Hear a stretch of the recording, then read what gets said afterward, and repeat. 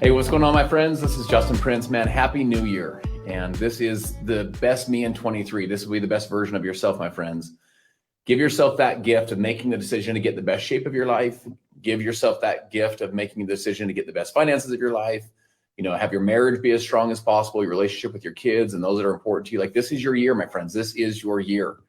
And you claim that, you declare that, and you go make that thing happen. So super honored to be able to be here with you for just a couple minutes and fired up to be able to share some thoughts and some ideas and some concepts that I think will change your whole life and change your family's life. I live in southern Utah, so it's a place called St. George, Utah, kind of this, desert, red rocks, kind of by Zion's National Park. I'm from Salt Lake City.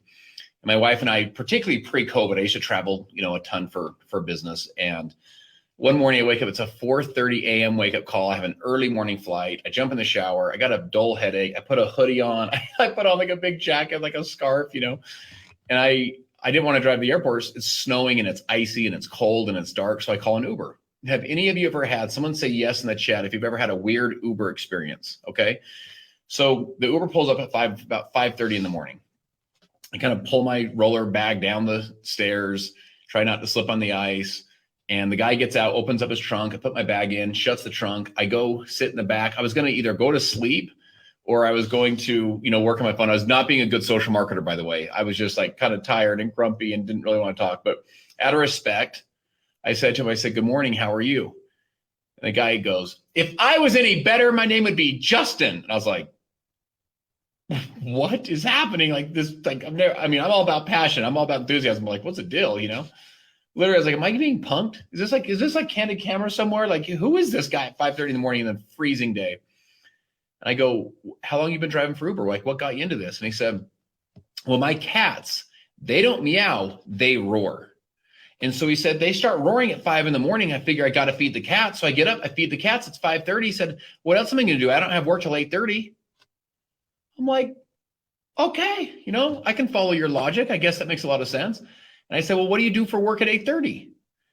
And this guy is the co-founder of an $87 million tech company in Provo, Utah. This guy is a multi-millionaire whose cats don't meow, they roar. So he wakes up and drives for Uber for 3 hours in the morning. My friends, sometimes you don't recognize the true identity of the person sitting next to you.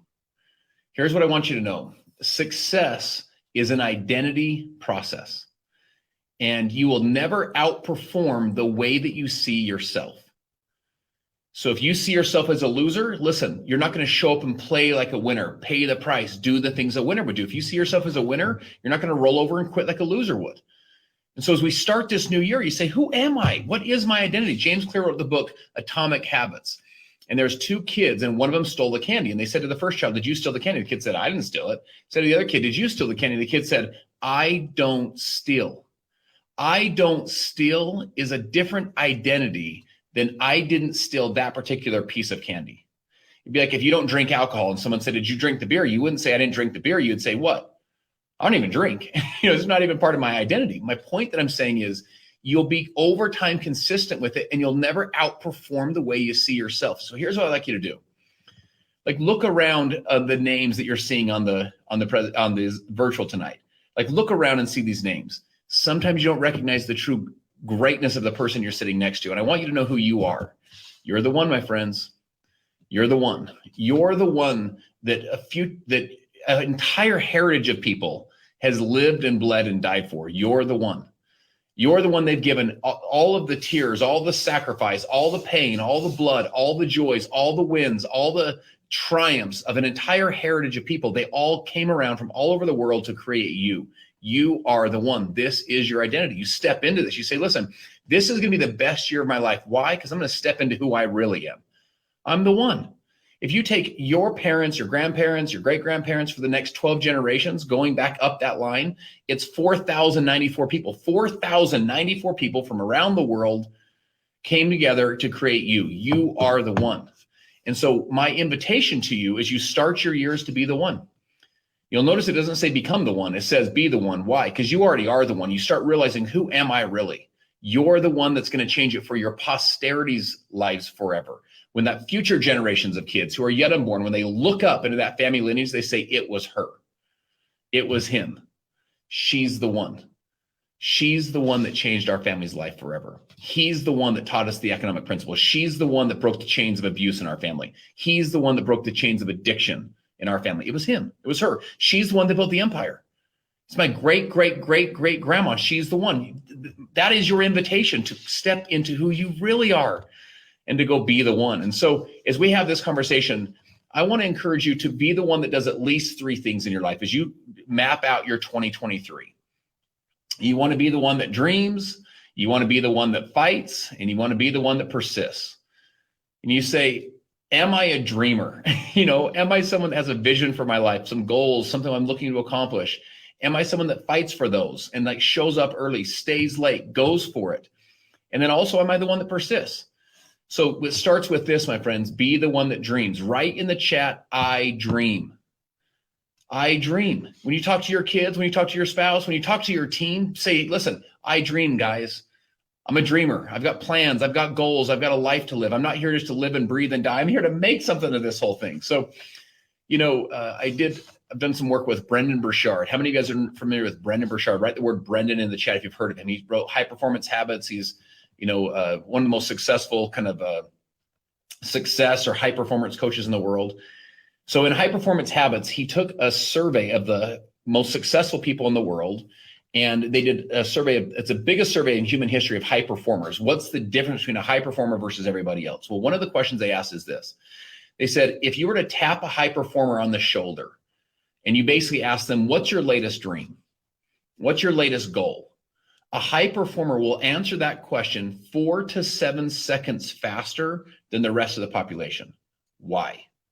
It's because their dream is on the tip of their tongue. It's not in the back of their mind. It's in their soul. It's on the tip of their tongue. A dreamer is always focused on where things are going. So that's the kind of person that you want to be. Is you're a dreamer. You're someone that's focusing on the vision of where you can go, where you can take things. Now, for my story, some of you guys have obviously heard my story before. My wife and I have been married now for 20 years. So check this out. We just celebrated on January 4th, our 20-year anniversary. I'm getting old, dude, freak. But we met when I was 22, she was 25. I came from a broken home at age 12. We moved 13 times in the 7 years. I had really no professional background. I made pizzas and worked at construction. I actually used to work at a mall kiosk. I have no college education. I was the guy at the mall that you tried to avoid eye contact with, because he worked in a kiosk. You're like, don't look at him, honey, because if you look at him, he'll like pull you in his mall kiosk. And from the day my wife and I met to the day we were married was 3 months. I never thought I was going to be that guy. Full disclosure. I thought I was like scared of marriage and nervous about it. And like, I don't know. And we went for it, So day we met, day we were married was 3 months. We've now been married 20 years and have a, beautiful family, 4 kids, the whole thing. This is a picture when I used to work at the mall, they selling the animated Bible videos. And I luckily had an incredible wife and a ton of support. When I'm 25 years old, I'm introduced to network marketing, this whole world of building direct sales. Guys, I was as skeptical as it gets. And by the way, you say, what were you so skeptical about? I don't even know. I don't know. People are often down on what they're not up on. That's kind of how I was. I just kind of had this negative bias or negative skepticism about it. But man, once I got over that, I thought you can work for 3 or 4 years of your life, 5 years of your life. You can build an income stream that could potentially follow you for decades. There's really no risk. It's just all upside potential. You could create leverage. You could create, freedom in your life. I was like, I'm in, dude. Let's do this. So I went for it. And kind of the short story, very first company failed. I was below zero financially. Left me in a kind of precarious financial situation, back on credit cards, back on taxes. I was really struggling and grinding at that time. I'm assuming that some of you guys can relate to those feelings, where you wonder, is it possible for me? Is it possible for you to create and to design an extraordinary life? I was wondering the same things. Second company I joined, I go for it. I had to go get 2 part-time jobs. At one point, moved my pregnant wife and our 2 kids into the loft of my wife's parents' garage. 2 babies are sleeping in the closet. My wife and I are sleeping in the loft. Many nights I laid there, 1 a.m. It's pitch black in the room. I'm like, are you awake? She's like, yeah. She goes, are you awake? I'm like, yeah. And she's like, I go, honey, am I crazy? Like, am I chasing a fake dream? Like, is this ever going to actually happen? I know it's happening for someone else, but like ever going to happen for our family, like for us? Some of you are probably asking yourself as you start 2023, are you chasing a fake dream? Is this ever going to actually happen for you? And my friends, I ultimately became the fastest growing distributor over a number of years in that company, traveled all over the world, speaking in Moscow and Omsk, Russia, and Almaty, Kazakhstan. When I was 29, I was like the keynote speaker at the convention for like 6,000 people. I was like, what's happening? And I started to make this whole thing real. But at that point, I got to a place where I thought I lost my belief in the whole network marketing business model.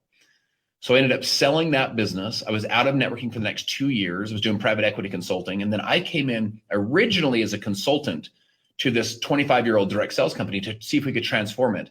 In that transformation process, we ended up creating Modere. We created social retail, the comp plan, everything. We ripped it down to the floorboards, rebuild it.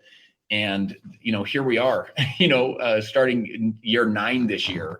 Took us about a year to transform it. And then, we launched in February will be the beginning of year 9. And I didn't want to be a consultant anymore. I was like, yo, I'm in, dude, let's do this thing. So I wanted to go for it. I wanted to go in the field. So literally I started a team, said, I'm going to do this thing. Like, let's go. Started at zero, just like all of you do. Like, I got my first customer. Tony and Sarah Zalecki were actually my very first social marketer that said it makes sense to me. And we just kind of went for it and started to make it happen. And during that time, during that process, we've gone on to build, as you guys know, an incredible company, one of the fastest growing online retail brands in the world. We've done some incredible things together as a team. We've attracted great people together. And I want you to know this, my friends, it was all just a dream. It started all as a dream, the whole thing.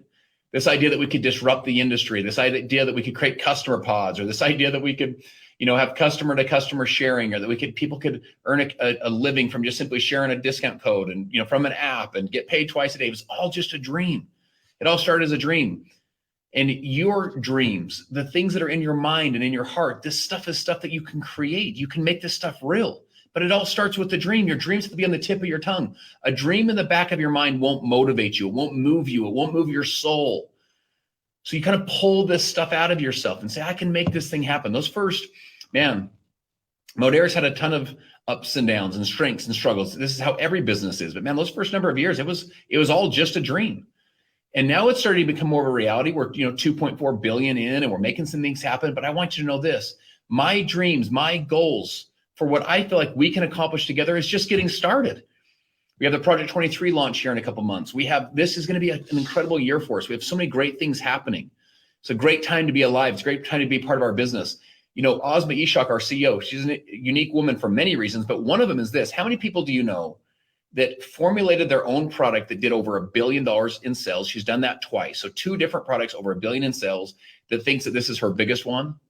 Like, that's a unique person. You have, in this case, 3 different, potentially different $1 billion products. Like, my friends, this is a great time. The dream is still very rich and very alive.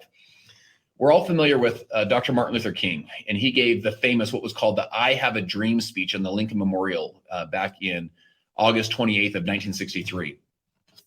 Check this out. August 27th, the day before, they wrote the speech. Martin sat in a lobby with his key advisors. And as he sat in the lobby, they were thinking through, like, what do we talk about in this speech? Do we talk more about policy? Do we talk more about, he was a former Baptist preacher. So, do we bring faith and kind of God's role into it, into the civil rights movement? What do we talk about? And his advisors, he said to me, he goes, guys, I could talk about the dream. I could talk about my dream, the dream that I've been sharing on street corners, and the dream I've been sharing in little churches and on city halls and anywhere anyone would listen to me. I've been sharing this dream or this vision that I have for the country. And guess what his advisor said to him? They said, Martin, your dream is trite, it's cliche, and it's overused. They said, don't tell him about the dream. How many of you have family members, friends that basically tell you, when you tell them about your dreams, that they're trite, they're cliche, and they're overused? Like, kind of like, who do you think you are? You think you can make this thing happen? My friends, I had the exact same people say the exact same things to me. So when Martin wrote what is now known as the I Have a Dream speech, you'll be interested to know that I Have a Dream was never written in the speech. They actually have the actual written speech. It's never in there. So what happens is he's 11 minutes in. He's on the Lincoln Memorial. It's in the afternoon. It's hot, August 28th. So it's muggy and it's hot back east. And he's giving this speech, and it's a good speech compared to what all of us could do, but it's not a life-changing, moment-changing, like life-defining speech that would change not only a country, but a world. It's a good speech, but not a great speech. And 11 minutes in, Malia Jackson, who's a former gospel singer, she's standing behind Martin on the stage, and she says to him, she says, "Tell him about the dream, Martin. Tell him about the dream." And then all of a sudden, Martin goes, "And I have a dream today." And he starts into his cadence and his rhythm. It's on the tip of his tongue. He said that one day, little black boys and little black girls could hold hands with little white boys and little white girls and walk down the streets as brothers and as sisters. He said, "And I have a dream today." And he starts into his rhythm and his cadence. He said that one day we will not be judged by the color of our skin, but by the content of our character. And I have a dream today. And then the rhythm started, my friends. And then he went on to, from his soul, from the tip of his tongue, give the dream. You want to know why this happened? Because he'd been sharing the dream on the street corners and in the small churches and in the one-on-one conversations, in the groups. He'd been sharing the vision, sharing the dream. As you start your 2023, my question to you is, what is your latest dream? What is your latest goal? What are you looking to accomplish? It should be on the tip of your tongue. And it'd be something that we share on Zooms, and we share on Facebook Live, and we share on live video or on a story, or we share with our neighbor or our friend, our coworker, or our kids or our spouse. We share with them, hey, this is mom's dream. This is what we're looking to accomplish with this whole thing. This is dad's goals. Like, get on board. We can make this thing happen. You share it with your spouse. Honey, I want you to know. I remember saying to my wife 25 years old, I go, honey, we're going to do this. It's like, we're going to be successful. Like, we're going to make this thing happen. That was all casting it out. I think my very first check was $17, 17 years ago. Like, had a long mountain to climb. My friends, your dream may not be as important or significant culturally as Martin's dream, but your dream is the fuel for your soul. Your dream is the dream that inspires you, and your dream is the dream that inspires others. You've got to have this stuff on the tip of your tongue. You've got to fight for that dream. Have a dream. So put in the chat, say, I dream. One of the first things you have to do to go to the next level, create the incredible life, is to dream. Second thing is this, put in the chat, I fight. I fight. So one is you dream, and then the second is you have to fight. Les Brown says it this way. He says, if you want a thing bad enough to go out and fight for it, to work day and night for it, to give up your time and your peace. Check this out. My main man, AJ, has not been feeling well. So he's going to have, we've had to go through our house here. Here comes it on this side. So this is what happens, my friends, when you work from home. All right. So he's not been feeling well. He's kind of had like a cold/flu these last couple of days. So he's kind of not doing great. But Les Brown says it this way. He says, if you want a thing bad enough to go out and fight for it, to work day and night for it, to give up your time and your peace and your sleep for it, if all that you dream and scheme is about it, and life seems useless and worthless without it, if you'll gladly sweat for it and fret for it and plan for it and lose all your terror of the opposition for it, if you'll simply go after that thing that you want with all of your capacity, strength and sagacity, faith, hope, confidence, and stern pertinacity, if neither cold, poverty, famine, nor gout, sickness, nor pain of body and brain can keep you away from the thing that you want, if dogged and grim you beseech and beset it with the help of God, you will get it. That's what you fight for, my friends. You have that kind of burning desire, that kind of burning fuel in your spirit to say, I've got big dreams and I'm willing to fight for them. So there's 3 F's I want to encourage you to think about as you start 2023, of 3 F's that you'll fight for. You out of here, bud? Well, guys, I hope you'll learn to last longer in this presentation than my main man, AJ. He's checking out on me, okay? 3 F's. I want to encourage you to write these down. First thing is this. My friends, you've got to go fight for your family. You've got to go fight for it. Like, they're watching you. These kids are watching you. Fight for it. You go for it. There's dreams and goals. You're the one. You fight for your family. You make things happen. When I look back at these pictures now, when you see this picture, don't see my family. When you see this picture, see your family. Your kids, your spouse, your nieces, your nephews, your grandkids. Like, you remember, hey, I'm fighting for these guys. When I'm doing that video or that story or sending the link or, putting out the customer fire or helping the team or doing the Zoom, all of it is part of the fight. The fight for what? The fight for your family. They're watching this example. They say my mom's a dreamer and she fights for it every single day. My dad's a dreamer and he fights for it every single day. They don't just roll over and quit. That's their identity. Their identity is, yes, they're a dreamer. Their identity that they're consistent with over time is they're a fighter. You know, I used to literally fight. I used to do like Golden Gloves in Junior Olympics, like in boxing. It's not easy being a fighter, my friends. Most people roll over and quit. Most people give up. That's not who you are. You're better than that. Why? Because you anchor in an identity that says, listen, I'm the one, and the one fights for their dreams. The one fights for their family. The one also fights for their finances. You want to fight for your finances, my friends. You got to go for this stuff. Let's fight for the idea for you to have sovereignty or freedom over your financial situation, meaning you're out of debt. You're out of your consumer debt. Do you know how many divorces there is or stress there is on relationships because of finances? I'm sure a lot of us can relate to that, where it's the pressure. It's not they don't love each other. It's just that pressure of the finances gets to them. So this is what you fight for. You fight to work through this stuff, to learn financial literacy, to maximize your income, to minimize your expenses, to build, cash flowing assets for your family. You fight to create a financial fortress around your family where you're wise with your money, but you learn how to generate additional income. And this is worth the fight. It's worth the challenge that you have to go through. Successful people know to be the one I have to fight. And part of that includes the fight for your finances. The third F I want to encourage you to write in your notes is you fight for your freedom. You fight for your freedom, your sovereignty. There's kinds of freedom. We talk about economic freedom. There's two other kinds of freedom that you can create in a business like this. One of them is time freedom. Some of us can make more money in a job, but we can make more money by getting another job, but we give up too much of our life. We don't actually have control of our time. We kind of exchange our time more for money and our money more for time. And we don't create any leverage or any freedom in our lives where you actually have, some economic potential, but then you also have time freedom. You have time to enjoy it, to actually enjoy that time that you can create where you can go do more good, serve at a higher level, inspire more people, reach deeper into your community, into your church, because you have time freedom. You can serve the high school kids or the college team or, the local drill team. You can help them. Why? Because you have time. You can be at your kids' game. Why? Because you have time. You can earn that time, and that time is worth fighting for. The true currency, my friends, is not money. It's not dollars. It's not euros or yen. It's not pounds. You want to know what the real currency is? It's time.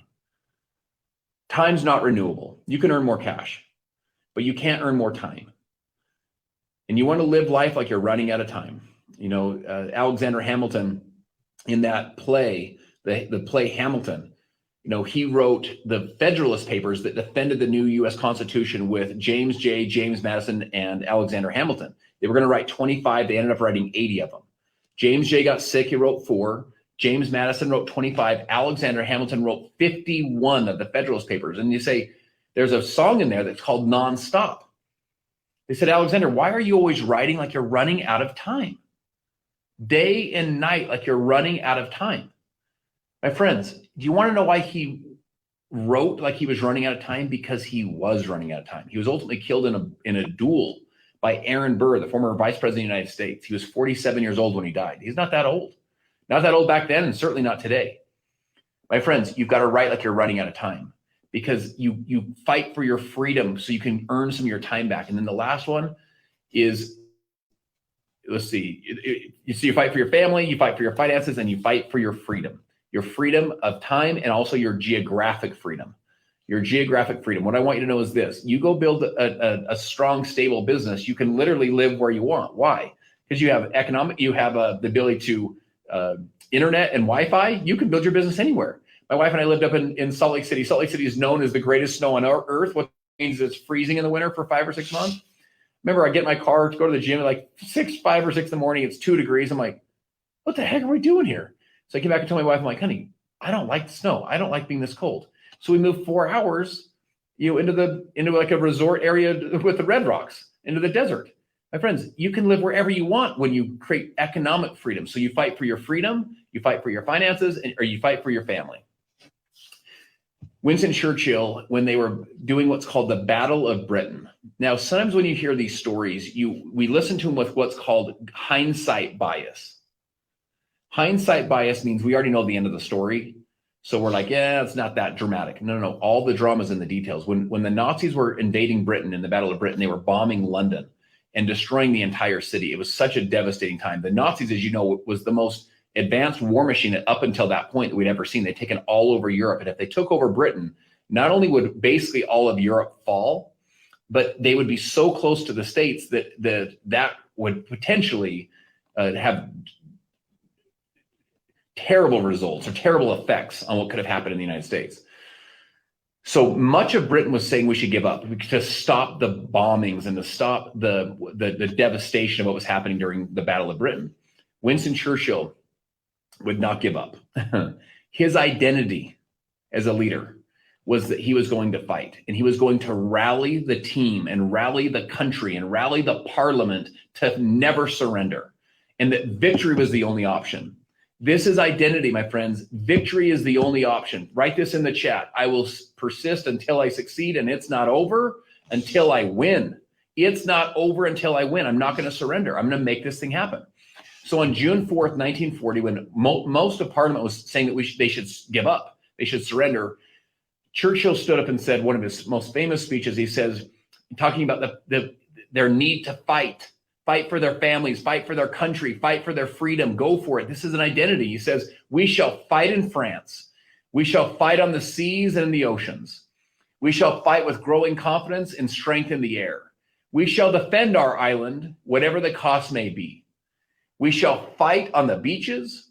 We shall fight on the landing grounds. We shall fight in the fields and in the streets, and we shall fight in the hills. We shall never surrender.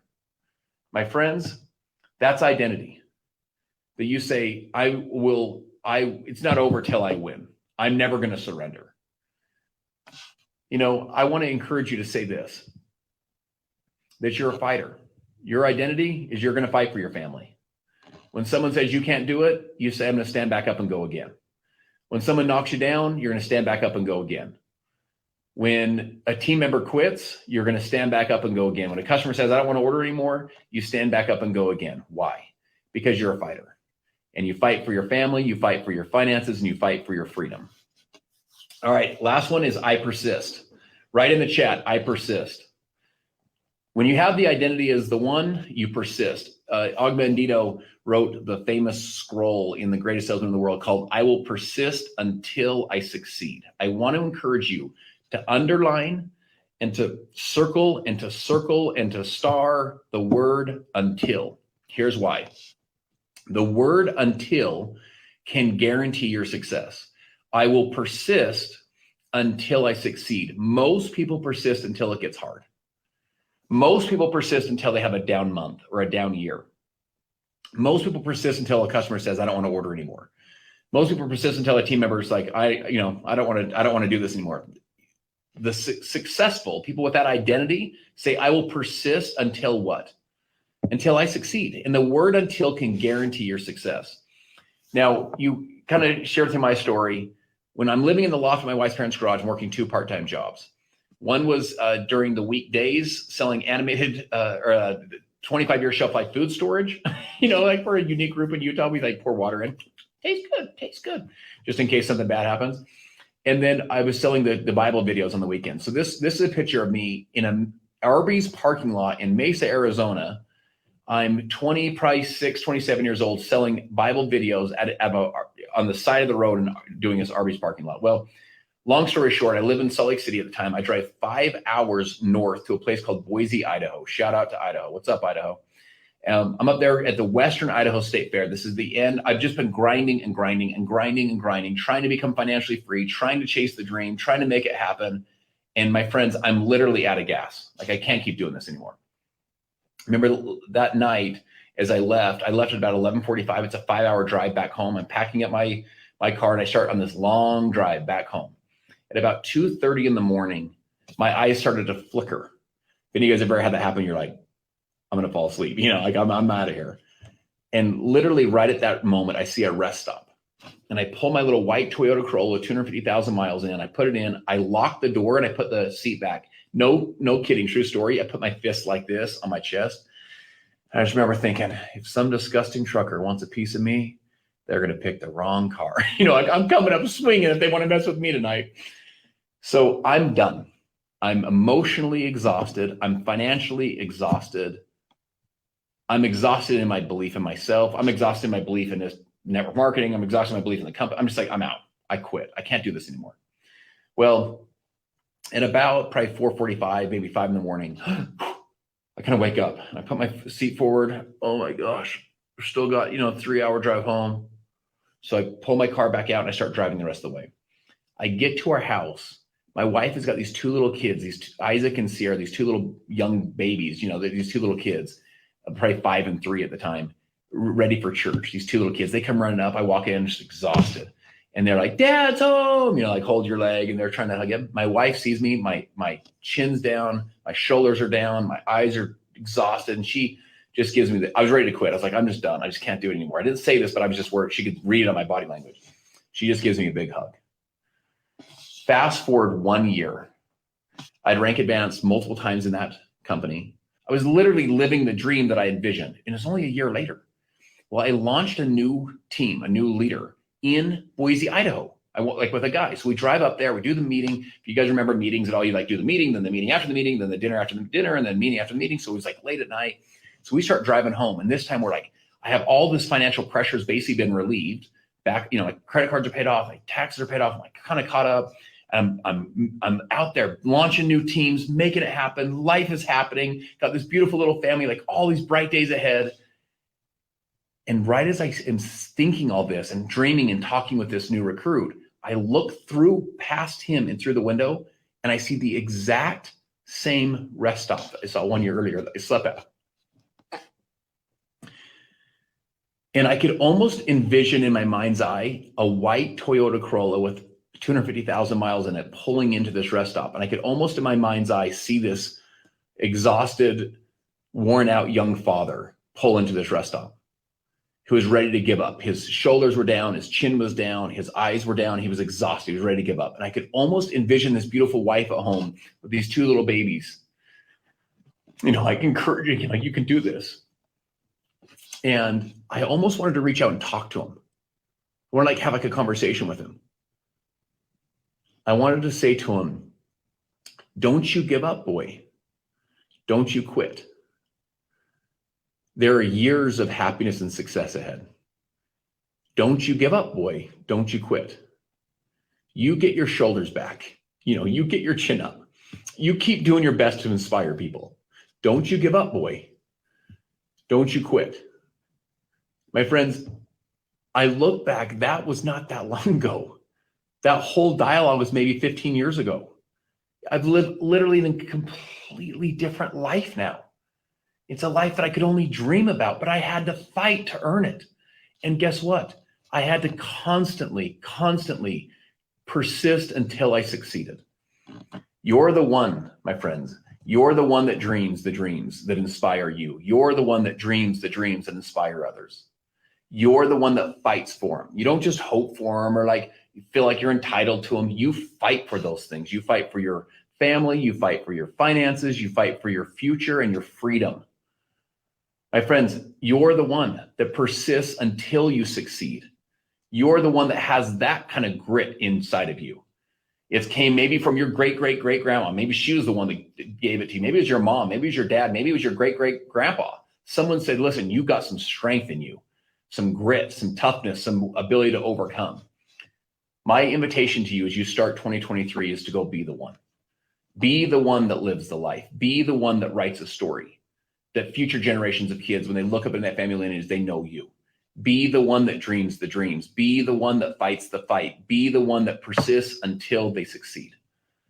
I love you guys. We're going to have an incredible year this year. I'm grateful for you. I respect you a ton. And I'm honored to be able to do business with you, to do life with you. And we are going to have a spectacular 2023. I'm excited to see you be the one that is the best me, the best version of yourself in 2023.